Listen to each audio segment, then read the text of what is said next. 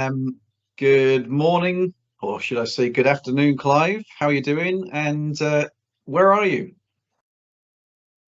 Graham, how are you doing? It's good afternoon from me. And to answer your question, I'm in Saint-Emilion in France.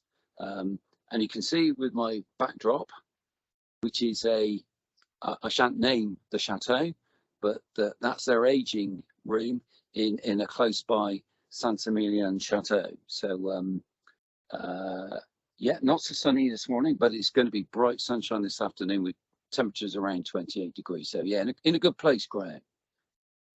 Oh, fantastic. And it certainly looks interesting in the background. I'm sure you're enjoying yourself. Absolutely every minute. And working as we go, which is traveling and working. So and that's been a challenge at times. Um, but great to be able to spend time seeing Spain, seeing France as we're now in, but also working, and continuing to progress the BWA as we've been doing, and obviously doing a five from Clive, from other than your house and my house is another step forward, as we say. Absolutely. Yeah, definitely moving forward.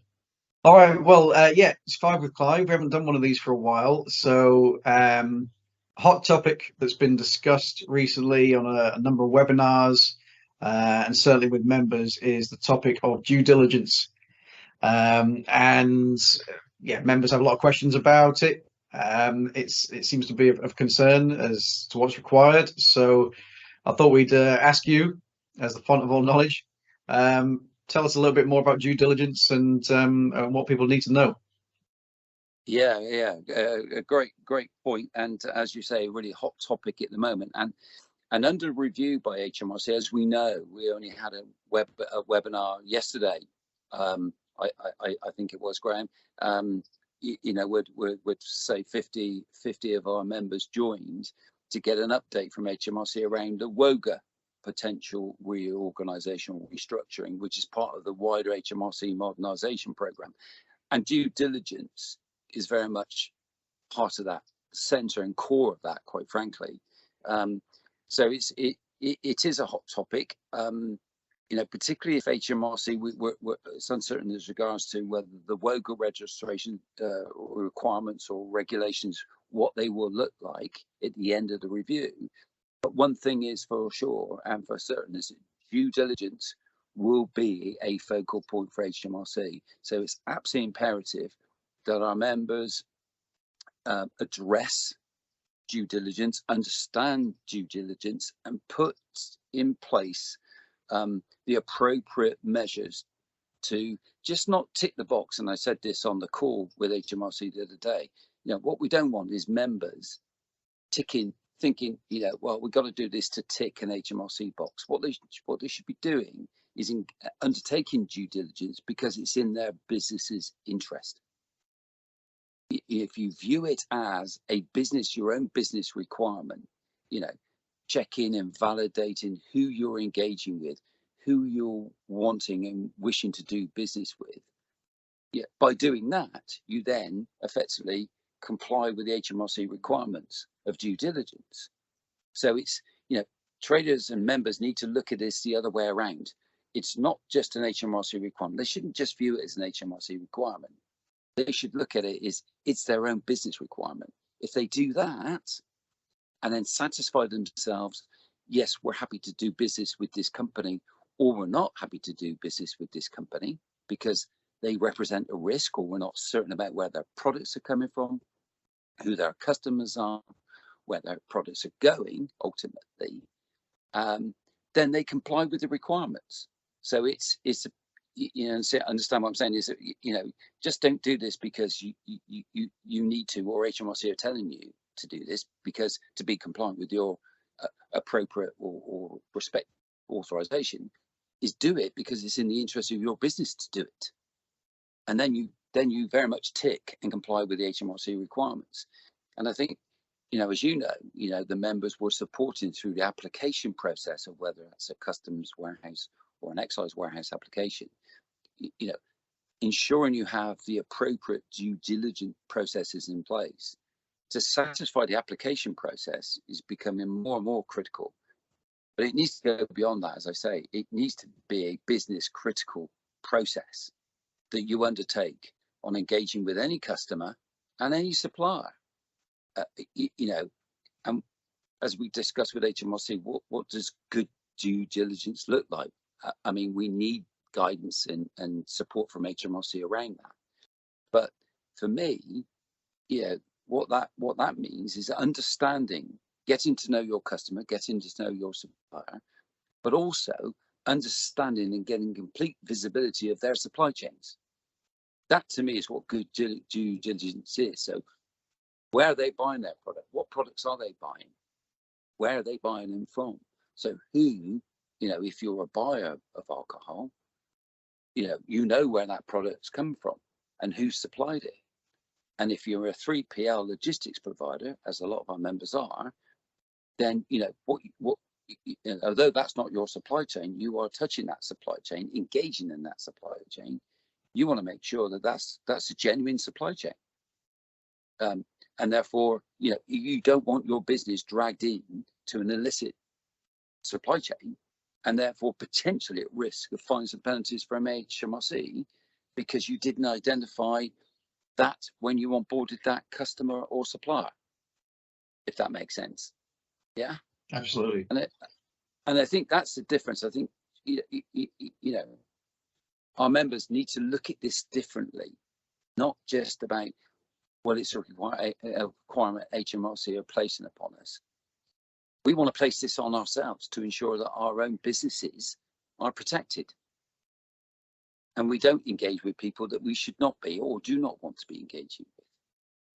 So I think that's my overriding view on it. We're pushing HMRC around, being as collaborative as they can, feeding back information to us on potentially who should be engaging with. If they know there are fraudsters out there and they know those fraudsters, then we're pushing them to tell us who they are. They need to tell us who they are, because that will help us then make the right decision. So as you know, you were on the call as with others, they're saying the right things, but as much as we want our members to do as much as they can to protect their own business, we also need that support from HMRC. So if they've got information that actually makes our decision easier in terms of who we engage with, who we do not engage with, we're pushing HMRC to provide that. And because we're all trying to achieve the same thing, which is, is to remove the fraudster from the supply chain. Yeah, overly optimistic, maybe, but that's the objective. But we've got to work together, with HMRC, and HMRC have got to work with us and our members to achieve that. Absolutely. Well, thanks very much for that. And yes, that makes sense. I hope that helps everyone who's got that as a concern within their business. But absolutely, you're right. Make sure you understand the supply chain of your customer, and your suppliers, and in turn that can help your business, or certainly protect it. Exactly, Graham, and exactly, and they can reach out obviously to yourself for guidance, or point them in the right direction, to our website. We will certainly continue to undertake to engage with HMRC and get clarity from HMRC. We're pushing them around, sharing information, getting greater clarity on what they consider good due diligence to be. So we can ensure that we comply. Our members comply with that requirement as HMRC see it. So stay close to us. Stay close to the website and our social media platforms. And if any member around due diligence or need clarity around what perhaps good due diligence looks like, then please, reach out and engage, and we can support that. Absolutely. Well, there's some information on the website as well, and we'll be adding more over time. So yeah, just we'll keep everyone, all the members, updated on that as well. So yes, well, thanks very much. Good session, and I think that was as near as 5 minutes as we've had. Good. We're getting better. Good.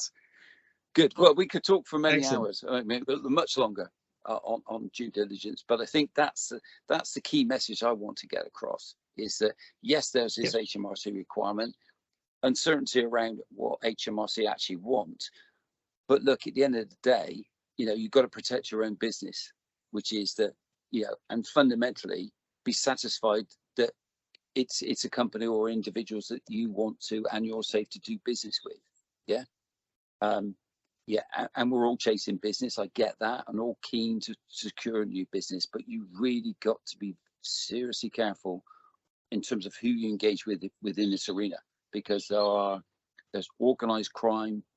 These are not small end, kind of businesses that are engaging in this fraud. That it's serious organized crime, and you want to not be part of the problem, quite frankly. Yeah, completely agree. Excellent. Well, thank you very much. I'll let you get back to your wine tasting. Yes, thank you. And yeah, hope you enjoy the afternoon. We'll set up another one of these sessions pretty soon, and have some more more discussion and information to share. Yeah, I think, and it's good. I mean, we've been a bit remiss. It's been a while since the previous 5 o'clock, but I think if we can, and you were at the House of Commons, obviously, the other day, our flagship event, and people there saying, kind of when's the next 5 o'clock. So yeah, we'll.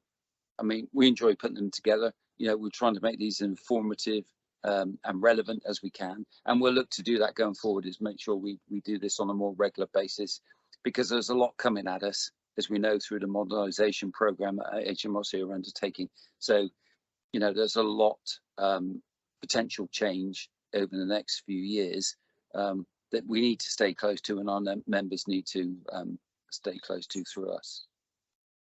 Yeah, absolutely agreed.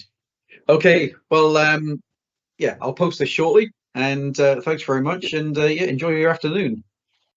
Pleasure, will do, and you too. Speak to you soon. Okay. Speak to you soon. Yeah. All the best. Cheers, and you take care. All right. Bye bye.